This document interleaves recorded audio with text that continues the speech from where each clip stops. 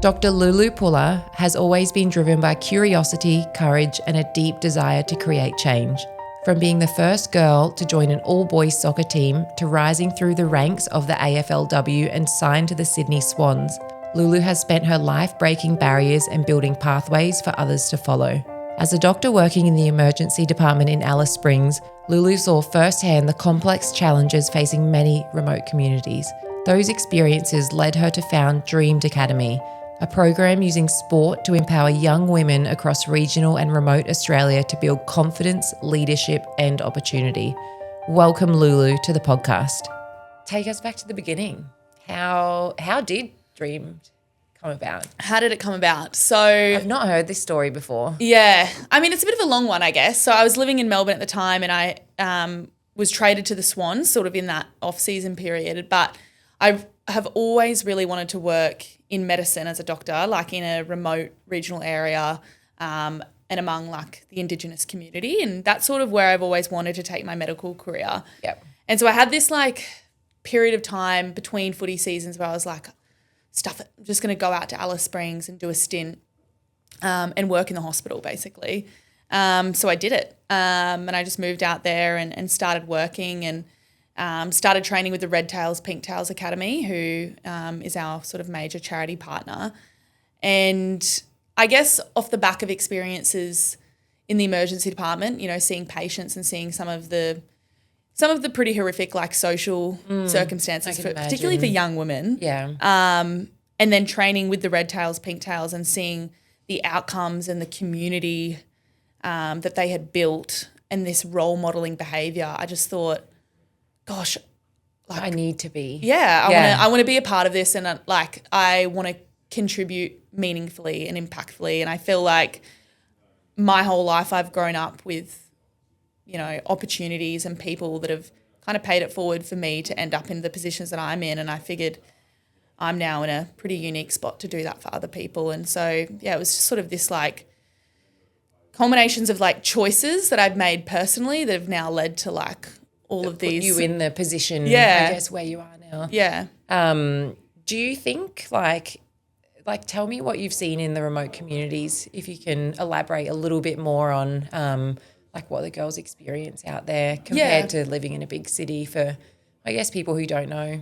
Yeah, I think, I mean, Central Northern Territory is probably one of the most remote parts of Australia, if not the world.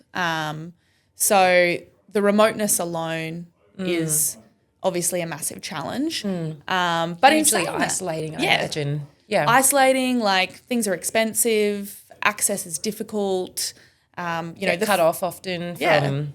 I mean, flying literally from a major city to Alice Springs is at least $1,000 return for a single person. So that really paints a picture of like how inaccessible things are for some of these people, male, female, Indigenous, non-Indigenous. So, you know, that's probably one major thing I really noticed about living out there is like the remoteness is a massive limitation in some ways, but then also it's their gift in saying that because they have to galvanise as a community and you don't feel that community spirit any more than in this region. Like it's pretty unique. Agreed. It's one of the things I miss when I go back to Sydney is like, how could I build this sort of connection and community sort of feeling? It can be so simple as like, I know when I'm in remote areas, like people wave at you when they're driving. It's so nice. You stop to get food at the IGA and people say hello, whereas in a capital city, people are just brutal. Yeah. It's still a really robust and, you know, dynamic and busy, I hate the word busy, but like lifestyle if you want it to be. But there's time to like always acknowledge people and connect with people in a meaningful way. Like, you know, you never go to the coffee shop there and just be like, can I just get my long black, please? Like you'd actually have a conversation with the barista or have a conversation with the person ordering behind you. It organically happens. And I think those little interactions is what I love so much about, particularly what we do with Dreamed. It's just really the same ethos is building community. And I think that's what shapes really good individuals is when they're invested in a really strong community. And so that's one thing, whilst I think the remoteness is, you know, obviously presents so many challenges, I also think it's a it's a massive blessing as well, and it can be a massive edge for a lot of our participants too, is to experience that community. And I think back to your point about some of the other challenging things you see is particularly, like, I'm an emergency doctor, so I worked in the Alice Spring ED, and you just see a lot of obviously domestic violence, family violence. Often a lot of our victims are young women, which is pretty harrowing to see, particularly just the frequency of it as well, is certainly confronting, and particularly if, I'd only worked at that point in a lot of metropolitan areas, so that was a big adjustment for me, and probably what motivated me to try and not necessarily do something about it, but try and, build confidence and empowerment and connection within these women, so they can build that sort of strength within themselves to maybe get themselves out of that kind of situation in the future. I think you see a lot of that sort of unfortunate sort of situations. You see that in cities too. That's not an Alice Springs problem. That's unfortunately, a world problem. It is a world problem. Yeah.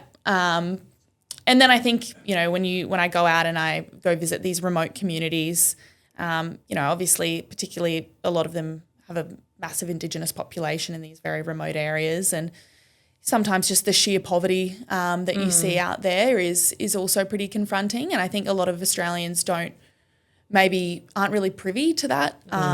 We think we have to travel far and wide to see poverty, or, to feel like we're affected by that and to find perspective, but it's really in our own backyard. And I think that's one thing I'm really passionate about is, if you want to contribute and if you want to educate yourself, like, go visit Central Australia. That's a great starting point. Go invest in these communities. Go spend a holiday out in Alice Springs and visiting Uluru and, the McDonnell Ranges. And it's such an incredible way to learn and connect with this place and actually understand this community and the people and some of the challenges that they face. So when people ask me, like, how they can get involved, I often say, just go holiday there. It's a good starting point. So I think, that is also really confronting when you see the poverty. Sometimes there's not running electricity, not working washing machines, overcrowding is a massive issue in house. And I'm probably talking more from a doctor's point of view now, but overcrowding in homes is huge, leading to a lot of chronic health conditions we simply just don't see in cities. Hygiene.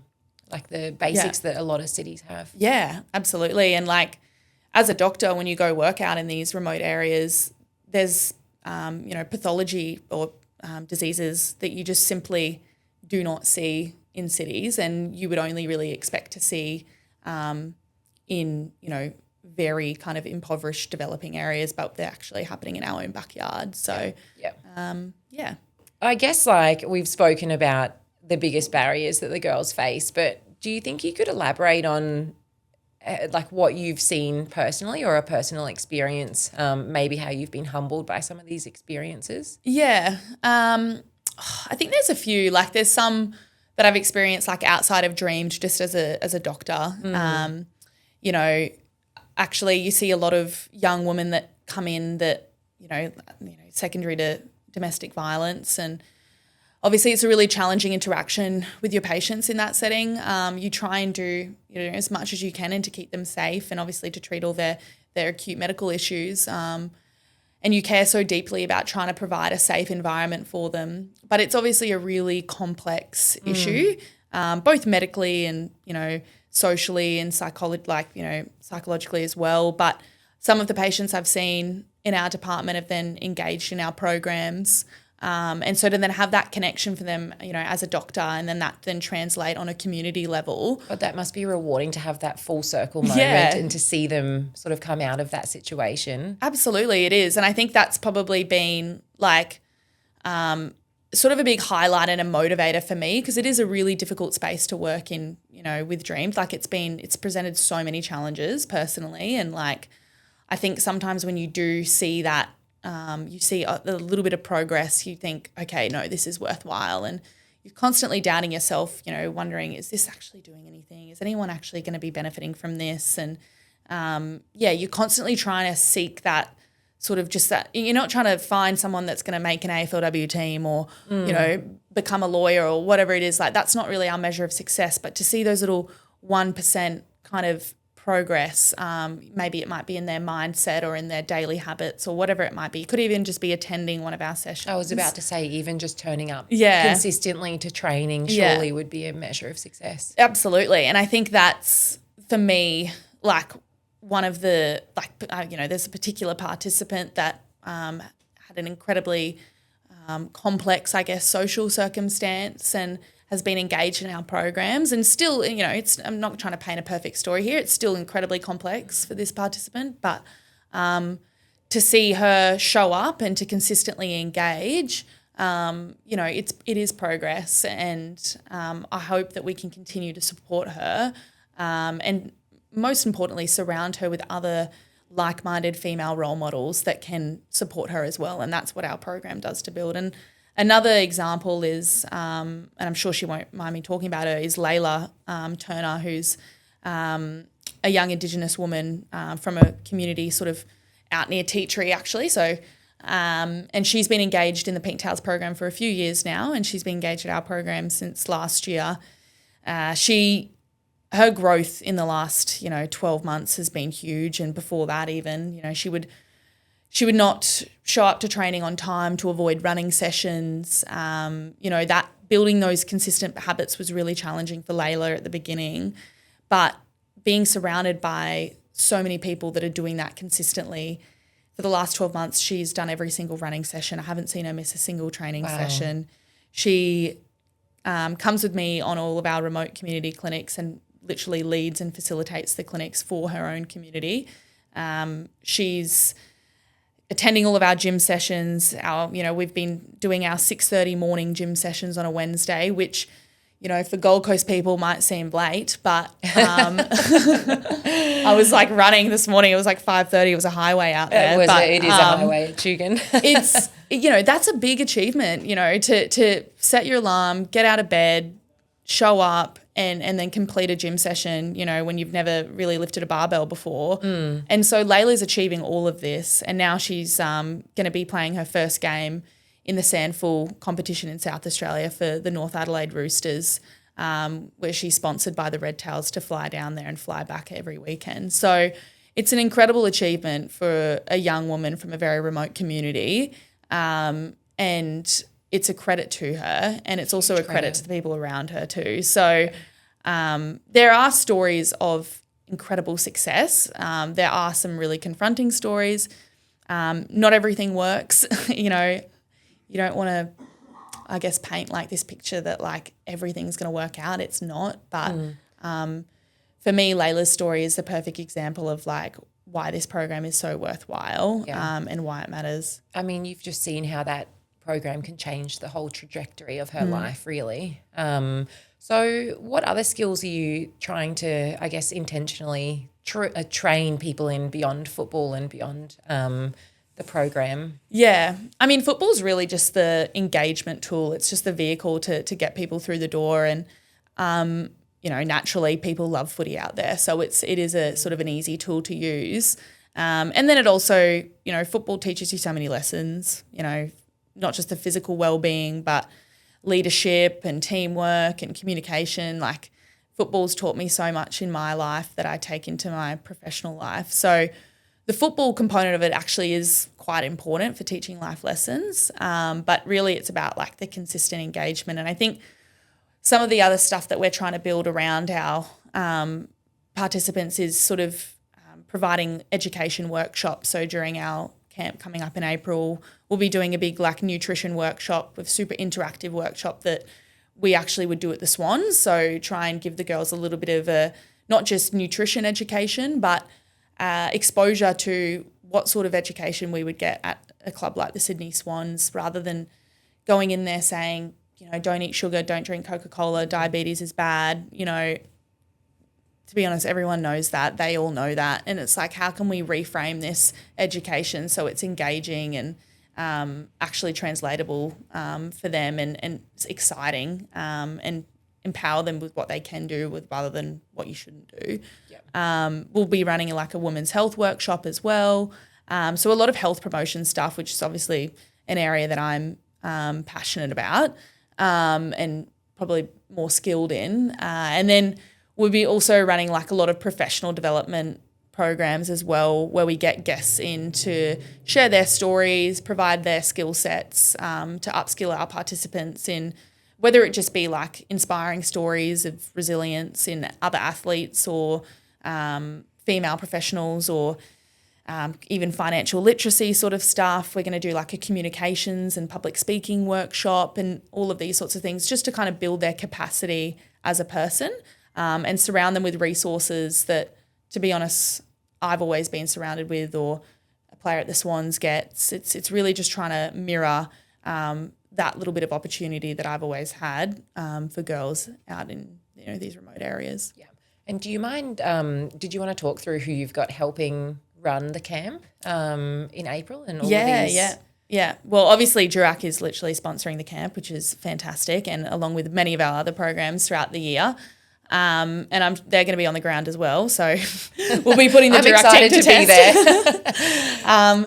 But yeah, we're really proud. So the Red Tails, Pink Tails Right Tracks Foundation is a local charity that work out there, who we are partnered with.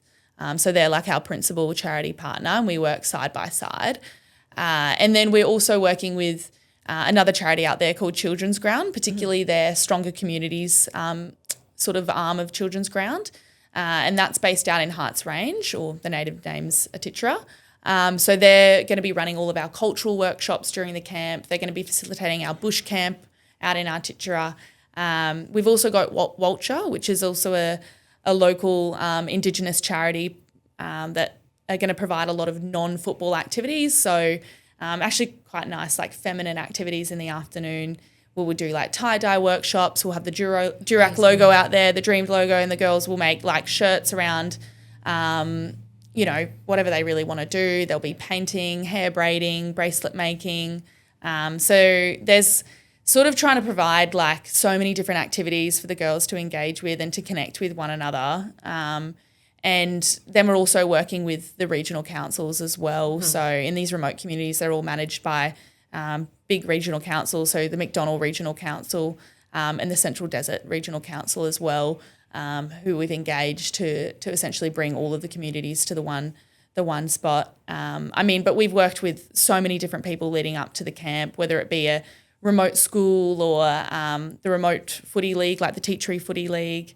We're working with the Alice Springs Town Council in Alice to facilitate our holiday clinics. So there's a lot of local engagement, which I think is crucial, and a really big part of our brand and our ethos is like we're not people that are just going to come in and tell everyone what to do. We want to basically just resource a region that's already there. The community knows best, so we're kind of always guided by them. Amazing. So when it's obviously it's important companies investing like we do in regional Australia. We've touched on it a little bit. How do you think this helps the young women in particular in Alice and the regional areas? Yeah, Dreamed wouldn't exist without Durack. I think that's crucial for people to understand. And, I talk about wanting to run all these programs, and we talk about Layla's story and another participant's story, and there's going to be more stories that, we can talk about as the charity sort of grows. But I think what's fundamental is that like investment in programs like ours from you guys it's like crucial. We cannot do what we do without Durack. And I feel so lucky to have crossed paths with a business like Durack, because it's not just a financial investment. It's like a genuine, authentic care about what we do. And I think that's really like important for us is like, obviously you need money to make this happen, but more importantly, you need like, you want Durack there running around and handing out water bottles or whatever it takes. Like you want your sponsors to see the work and to connect with our participants and to connect with our partners, because we can do so many podcasts and we can make so many reels and we can try and tell so many stories, but the most impactful thing you actually can do is see it and be it and become a part of it. And I think Durac's really set the tone for that for us. Like obviously the financial backing is crucial, but I also just think that on the ground genuine care and wanting to drive this community and empower these participants is like you just really feel that. And I think if I could, like, I would really encourage businesses or individuals to consider giving back. Like, I think it's like a fundamental philosophy of like who I am and how I live my life is giving back. Awesome. One of the things that really resonated with me when we first met was the 3 pillars. Is it the 3 pillars of Dreamed? Yeah. To grit, grow, and give. Yeah. Is that the right order? Yeah. Grit, grow, and give back. And yeah. I feel like that's not the only reason that we teamed up with Dreamed, but it just sort of aligned perfectly with our timing. We're essentially in that almost give stage of not of life, but of where we are as a business. So it's super exciting that we can actually be a part of it. Yeah. And I think like those, like I love it how it's in that order too, because like, and I think it doesn't need to happen in that order, but ultimately like I look at a company like Durac and I'm like, I was just chatting to you earlier about obviously the lengths you go to make Durac the company it is today. Like you needed the grit. Like there's just no getting the grit around. to grow essentially. You need to just do it. Like one of my favorite quotes is Nike's just do it, because I'm like, at the end of the day, you just got to do the work. That's one of James's favorite quotes. The best way to do something is to do it. You just have to go. Yeah. And it does get you into a bit of hot water sometimes, but you bite off sometimes more than you can chew. But that's a big thing that I drive with our participants is like, you know, obviously, you know, we're a non-for-profit, we're a charity, we're providing women opportunities, but I also think they're earned opportunities because that is a really important life lesson. And I think sometimes where we can come undone is if we're just constantly giving without that earned sort of right. And that will look different with different people and different demographics and different regions. But that for me, the grit part is really important. Like I will provide you every bit of support system and every resource I can possibly do to allow you to grit and to just do it. But you can't do the work. I can't do the work for you. And so I think that's a really important like life lesson and one that I live by. And I think that's ultimately led to like where I am in life. Because I have been given a lot in my life. I've grown up in a very fortunate lifestyle. No denying that. But no one can actually do anything for you. You know, no one can sit your medical exams for you or play footy. Like you actually have to do that. So I think that's like really important lesson. And then the grow part is just all about learning and embracing challenge. And for me, the give is everything. Like that's how you got to live your life. Like is when you're in a position to give back, there's just nothing more rewarding.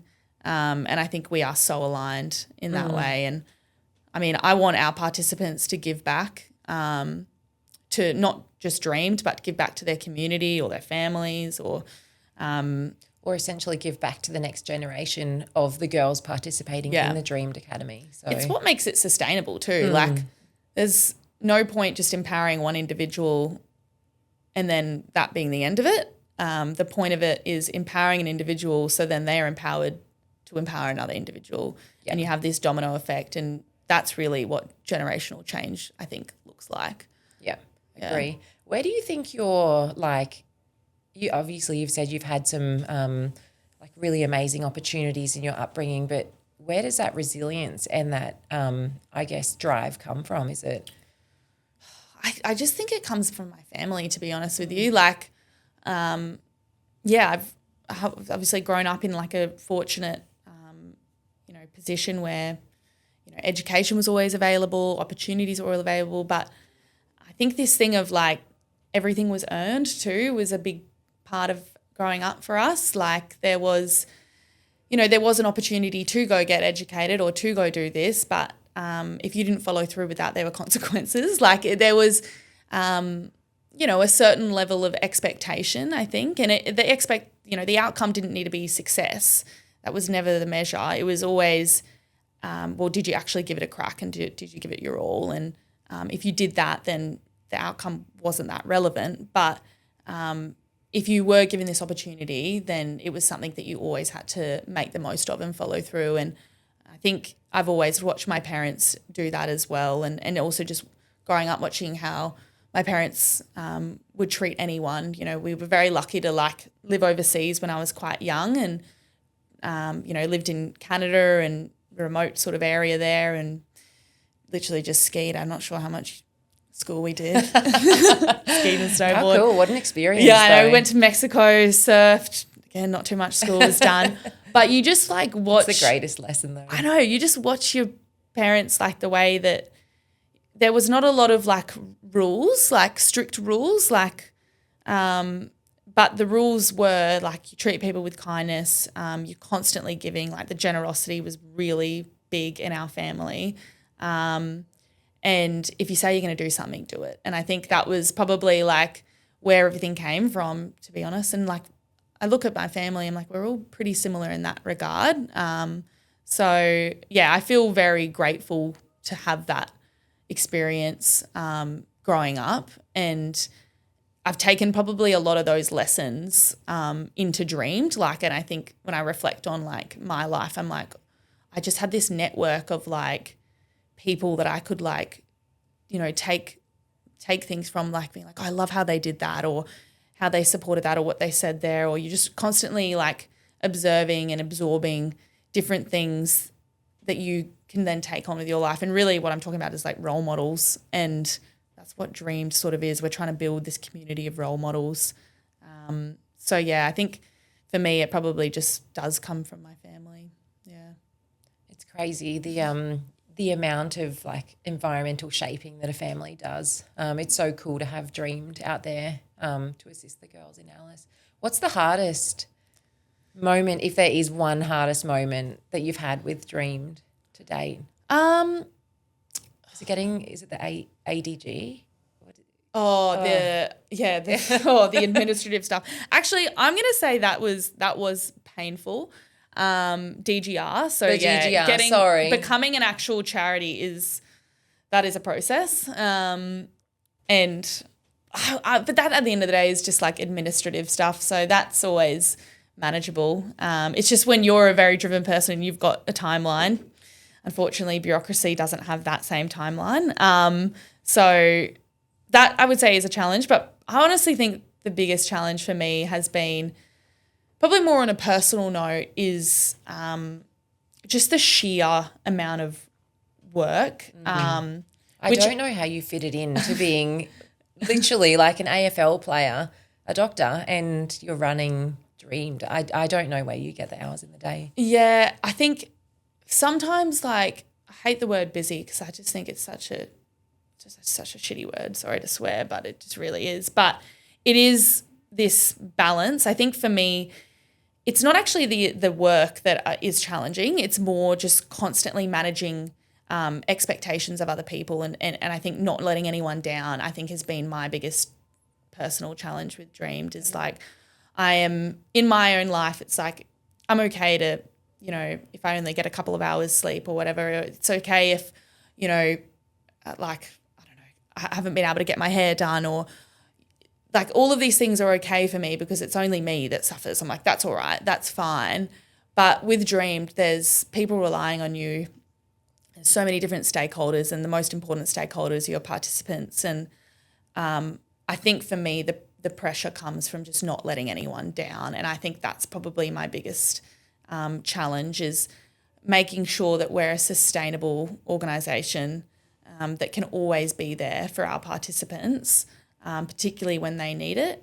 And I think that's probably, one of my biggest stresses, or because at the moment it does feel like a bit of a solo show, and so like the work does come a lot from you. And I know that will change and evolve as we grow. And over the next like sort of few years, 3 to 5 years, are you planning on bringing on? Yeah, absolutely. Yeah, yes. I mean, if I could bring someone on now, I absolutely would. I think that's like the vision, is like, I do not want to be the face of this organisation. Not that I am the face of it, but like I merely just want to be, you know, a back-end facilitator and a resourcer. And I would love to bring on our participants as staff members and as like genuine paid role models, if you will, to run our programs, to not only run them, but to come up with the ideas, because that's also really important. Like I'm coming up with ideas in collaboration with everyone to try and figure out exactly what the community needs. But I mean, it'd be pretty awesome if you had people in community, from community, telling us exactly, oh, well, we need X, Y, and Z, and fully coming up with the ideas and using their creativity and, you know, speaking to community and figuring out where the pressure points are. And I think that for me is the absolute goal, is to have this network of local staff, you know, a local CEO. That would be so ideal. And I'm just merely a facilitator in the background. That is the vision. Hopefully we get there sooner rather than later, but yeah. I can see it happening 3 years. Yeah, exactly. And so do you want to just touch on the gym that you've recently helped, I guess, not construct, but install in Alice? Yeah. So one of our programs that we're running this year is called the Virtual Dreamed Academy, which is like almost a year-long sort of online mentoring and education program, but then it also includes a full-blown strength and conditioning program, which is designed and led by Science of Fitness. So it's a local S&C trainers on the Gold Coast, actually. But one of the things we identified was it's great that these girls have these gym programs and, you know, they're getting regular check-ins from the boys, but I realized where are they doing this training? Gym? Oh my gosh. Yeah. You know, like, do I pay for their memberships? Like, I want them to all go together so they're connected and so they can help each other in the gym. And so it's a safe environment and, you know, all of these things and then it was a really difficult problem to solve because I was like, well, I don't really have that facility in Alice Springs. So I thought, why not build it? Why not? We're very lucky to have a good partnership with the Alice Springs Town Pool, which is obviously run by the Alice Springs Town Council. So as soon as I landed in Alice Springs this year, I had a meeting with the mayor and I said, I'm going to build a gym in your room that's currently not being utilised to its maximum capacity. And so, we Science of Fitness hooked us up with their suppliers and Verve Fitness, and we built the gym in probably like 6 weeks. So impressive. Yeah. And we were assembling at like 5 a.m. in the morning and we had the launch at 7 a.m. Like it was absolutely chaos. But I've seen photos and it looks like it's like being used, which is the most important thing. Yeah. So the use of it now is like it gets used twice a week by the participants in our program. So the Wednesday morning session and a Saturday morning session. It will also then be utilised for our monthly online education as well.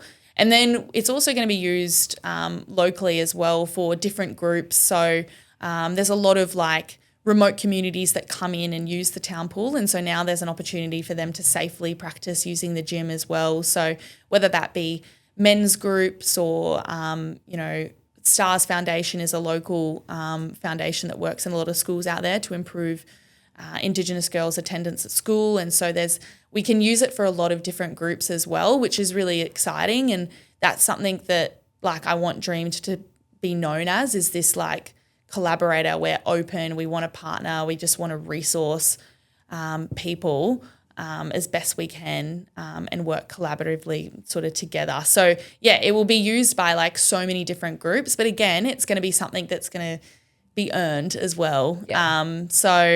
It's a great play. I mean, it's obviously great for the girls to be able to do gym programs and build their strength, but it's also just great that they've got this connection. They go there every Wednesday, 6:30 in the morning. Then they make their smoothies.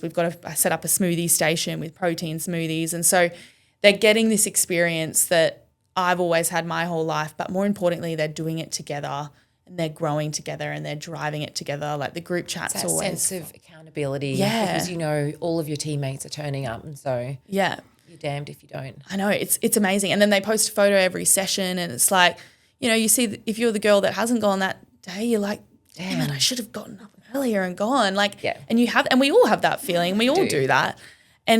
but it's good to have that and experience that. You know, there was one girl that didn't go last week, and then she was like, Lulu, I've promised myself I'm going this week. And sure enough, there she was, you know. So it's a really, like, these little lessons, they seem so small or insignificant maybe to us, but like this is super important to preparing these young women for whatever comes with them in their life. So yeah. And so the camp's in April, early April. What events have you got, or things leading into the camp? Yeah, so we do like a lot of, I just call it like a promo blitz, or, you know, I basically just go absolutely ham out there and travel to all of the remote communities to obviously build the relationships, because I think that's crucial in these areas. I sort of spoke a bit earlier, is community's everything. So if they don't know me and they don't know who I am, like, why do they care? You know, and that makes total sense to me. So I spend a lot of time out in communities building those relationships, you know, playing footy with the girls, running footy drills, talking, seeing, you know, how can I help? Like, we're providing footies and whiteboards to local teams, giving them like some drills and some plans to do. So just engaging like really authentically and just actually getting to know these communities and their participants as well. So we do that basically for months leading into the camp. I also go out to schools and I do like presentations, run little footy clinics. I bring people like Layla with me who get to tell her story and run those sorts of footy clinics. So we have a lot of our participants now wanting to be involved in that kind of program, which is not really a program per se, but it's this kind of informal opportunity to give back and give them that platform to tell their story. And that's probably my favourite part about Dreamed, is like putting these girls in a position where they're seen as the role models and they're seen as the heroes in their own community, and giving them that platform is like, that probably makes me so, like, I'm so proud to be able to do that. That's definitely the highlight for me, rather than me getting up there and just constantly talking. So we've got a number of clinics coming up. We partner with like the Stars Foundation, running clinics with them, Polly Farmer Foundation, which is a very big foundation as well in schools in Alice Springs. So a number of partnerships that we have, and we just basically do a lot of presentations, run a lot of workshops, and play a lot of footy. Insane. I can't wait. Yeah, no, it'll be good. This camp is more of like a festival. The week-long festival. Yeah, it is. There's a lot of moving bits, so it's good. If one of your participants was listening to this in 10 years' time, is there something that you would hope that she would remember? I hope she remembers that this program isn't about her, it's about her community. Mm-hmm. And I hope that she would look back, you know, on that time and go, oh, wow, I'm now in a position to be able to give back and do that for someone else. Because the woman that can give back is an empowered woman. They're a confident woman, capable woman, strong woman. Not that these women aren't any of these things now, but to be able to be in a position to give, you need to have that belief in yourself, I think. And I hope that girl is sitting there not giving back because she's been told to, but giving back because she wants to. And that's what, if I could summarise Dreamed in one way, that's really what it is. And so, yeah. And hopefully we have that. We already have that now. So hopefully we create a community of that. I'm excited. We're very fortunate to be able to come on so early on in the program, and excited to see what Dreamed brings in the next 3 to 5 years. Yeah, no, well, I'm very grateful to Durack. Like I said, Dreamed is not dreamed without Durack. So it's it's absolutely crucial, and yeah, I feel like it is a bit of a match made in heaven. So thank you guys. It's going to be an awesome journey. When young women are given the chance to dream, to compete and to lead, the ripple effects reach far beyond the field. Lulu, thank you for the work you're doing to create those opportunities and for sharing your story with us today. You can find Dreamed on Instagram at Dreamed Academy, or through their website, www.dreamed.org. spelt DREAMD.org, and all of these links will be in the show notes below.